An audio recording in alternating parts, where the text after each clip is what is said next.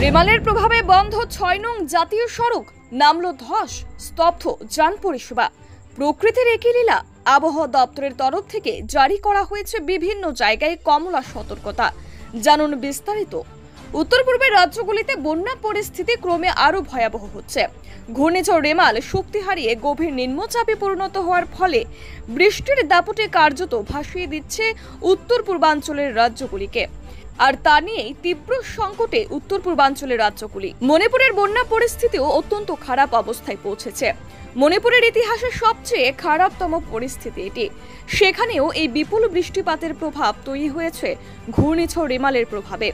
এখনো পর্যন্ত দুর্যোগের প্রভাব কমেনি। প্রশাসনের তরফ থেকে খবর মিলেছে ঘটনায় মৃত্যু হয়েছে 2 জনের। ভুটান পাহাড় এবং সিকিম পাহাড়ে অবিরাম বৃষ্টি চলছে, আর যার জেরে হুহু করে জল বাড়তে শুরু করেছে ডুয়ার্সের বিভিন্ন নদীতে। এমনই ছবি ধরা পড়ল ধূপগুড়ি জলঢাকা নদীতে।